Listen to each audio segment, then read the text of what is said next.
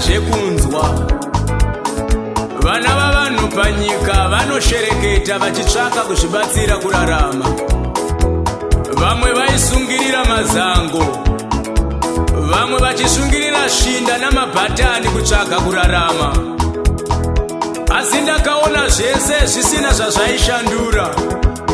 Panyika hakuna chimwe chichararamisa vana vavanhu. Mwari ndiye wakafanira kunamatwa. Mishonga haina kutibatsira. N'anga dzakatadza kutibatsira navauki. Jesu ngaanamatwe nokuti ndiye mwambo. Kunze kwake hakuna mumwe unganamatwa. Zviro kwazvo mazita ose avanhu haana simba. N'anga navauki hazvina zvazvinobatsira. Asi Jesu ndiye ngaanamatwe. Ngaanamatwe, ngaanamatwe, nokuti ndiye Mwari panyika yavapenyu. Chazara panyika ino ndechekunamata. Chazara panyika ino ndechekunamata. Chazara panyika ino ndechekunamata. Chazara panyika ino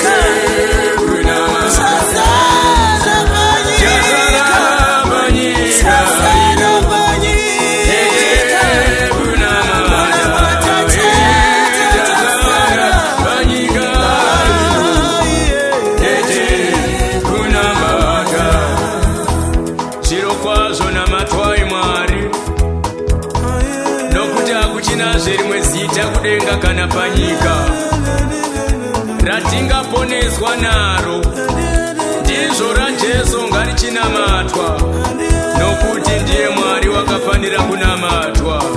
Zviro kwazvo vongwai Jehovha, nokuti ngoni dzenyu dzinogara nokusingaperi.